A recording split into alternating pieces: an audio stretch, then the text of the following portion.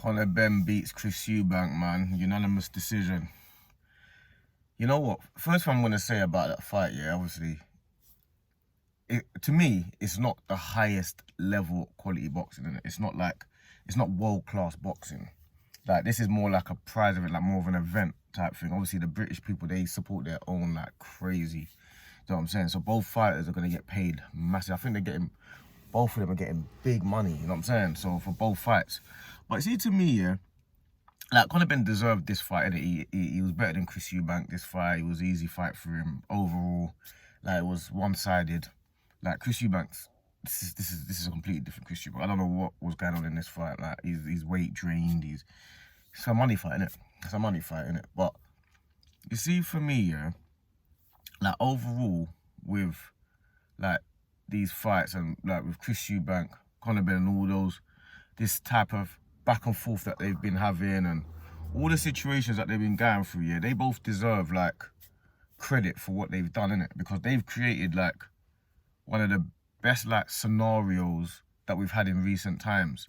Like the whole first fight with the Chris Eubank Senior coming back out and all that type of, this is like historic moments. But I still think the first fight was the main attraction, was the main deal. Like, I don't know if the second fight and maybe a third fight, I don't think anyone really cares as much. The first fight was like, it's kind of like, it felt like one of them one and done type of fights. You know what I'm saying? Like, it should have been a one and done fight. Like this fight, the first fight, Conor, you lost, Chris Eubank, you won, and that's it. Like that was it. That was the main. That was where the grudge was. The grudge match was the first one. This one weren't really grudgy to me.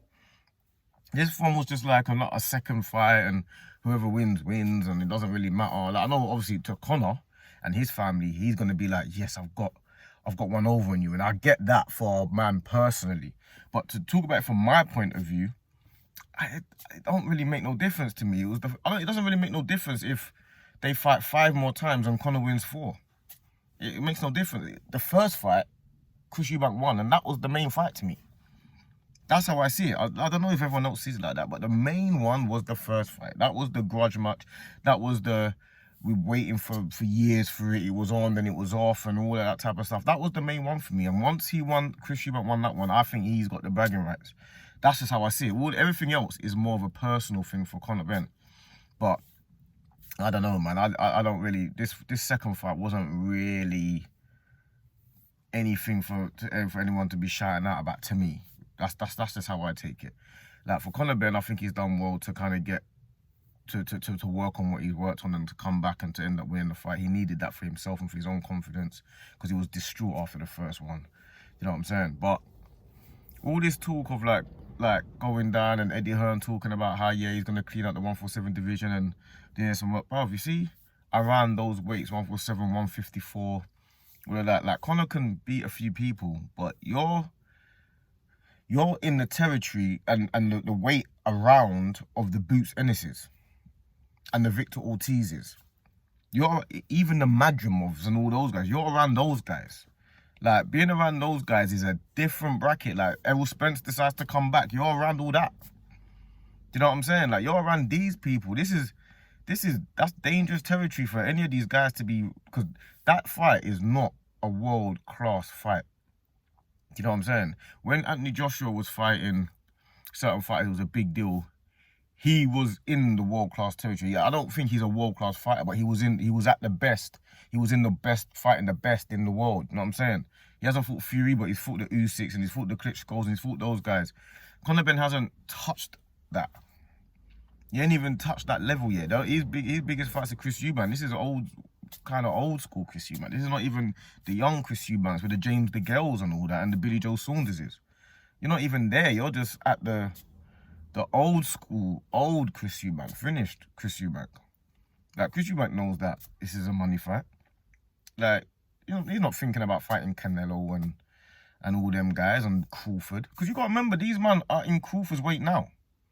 Them men are fighting at 160 and all that. This is around Crawford and Canelo weight. Do you know what I'm saying? That's the weight you're talking about. Or if you want to go down, then you're going to Boots Ennis and Ortiz and all these guys. And if you're going to go even further down, you've got the Garcias and the Devin Haney's. And like, it's going to be hard for Conor Benn to go down to 147 from where he is now. That's going to be tricky. You got to lose a lot of weight. You got to lose a lot of weight over time. So I doubt he's probably, if he jumps straight back down and starts fighting Barrios and all those guys, like, there's not even guarantee he beats those guys. And those guys are not even the highest. They're champions, but they're like second-rate champions. They're not the highest-rate champions. They're not the Crawford level champion or the Usyk level champion or the Fury level champion. They're not like even Bam champion, or, you know what I'm saying? They're not even those, the Inoue's, that champion. These guys are the B and C rate champions, the Barrioses and that, at 147. So why do you think Boots has just decided to go in there and come out of it? Boots was in there for what, 2 years maybe? A year and a half or something like that, I don't even know. And he was just like 154, 147. Crawford's not there. Man, no one stays there that long because there's no one really around. So, like, really and truly, for Conor Benn, he's made so much money in the last couple fights that he might, if he's gonna keep fighting, you now, I would say, to fight the fights that are gonna give you legacy. And the fights that are going to give you legacy, you need to be chasing. You can make 154. You need to go and chase the Boots Ennis's and the Victor Ortiz's. I think they just slaughter him. That's what I think. I think Boots Ennis slaughters Conor Benn and Victor Ortiz slaughters Conor Benn. But to me, if I was advising Conor Benn now, I would say you need to go chase legacy fights now. You've done the money thing. You created big events. Go and chase legacy fights. If you want to be a fighter, innit? If you want to be like all this Jake Paul stuff and the Tank Davis and Joshua's fighting Jake Paul and all that. If you want to do that, then fair enough. Then that's what. And I kind of see the Chris Eubank fight a higher level of the Jake Paul Joshua, like something like that. Like it's more of a prize fight more than a fight that is like a old school bitter rivalry grudge prize fight. It's not really a high level boxing fight. It's just two guys that have created this big production. That's how I see the Chris Eubank Conor Benn fight. So to me now, it's gonna be intriguing to see what he does now, because I want to see, you're gonna go for the champions, and not easy champions. I don't want you to just go and find some easy champion. Like I don't know. Like there's people to fight, innit? There's a lot of people to fight. So, and there's a lot of a lot of American names that are making a lot of waves over there. You know what I'm saying? Like the Garcias and the Rolly Romeros, and these guys are loud-mouthed guys. The promotion would be mental. You know what I'm saying? Can you imagine Conor Benn fighting Rolly Romero? Then man would be Conor Benn fighting Garcia, Devin Haney. You know what I'm saying? Norman and all these guys.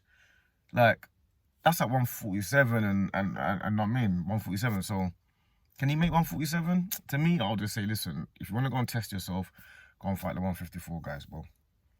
Go and fight them. Go and fight them. Or choose to be the prize fight, the money fighter, guys. It's one or the other, innit? But gotta big them both up, man. They've created history, man. You know what I'm saying? The whole of the country's watching them. 70,000. They packed it out twice. They could do it. They could easily do it again. They could pack that out again three times. Like, the interest would wane outside of boxing, but inside boxing, it's a big fight again. They could do that easily. So I don't know, man. You gotta big them up, man, because what they've created is monstrous, innit? But to me, like I said, what you do now, it's about what you do now, and you need to go and fight the proper guys now. Do you know what I'm saying? It's like Conor Benn, you can tell he wants to fight. So now it's time to go and test yourself, and let's see what you're really made of, because we haven't seen him in any proper fights ever. You know what I'm saying? We haven't seen him fight anyone apart from Chris Eubank, really. So big up Chris Eubank, big up Conor Benn. I hope Chris Eubank is alright and well. He seemed a bit all over the place in that fight. I didn't really know what was going on. And yeah, like and subscribe and all that good stuff, you know what I'm saying?